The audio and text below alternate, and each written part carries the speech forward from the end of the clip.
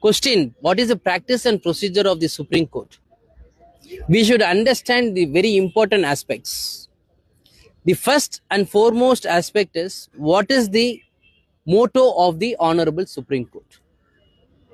The motto of the remaining courts is Satyame Jayate, truth alone triumphs. But what is the motto of the Supreme Court? Yato Dharma Stato Jaya. Yato Dharma Stato Jaya.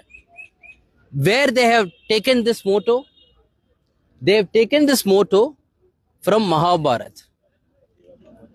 When Duryodhana went to his mother to seek blessings, Duryodhana's mother is Gandhari.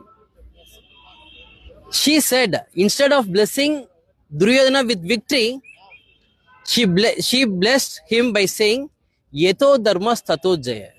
Where there is Dharma, there is victory. Indirectly cautioning Duryodhana, you are not following Dharma.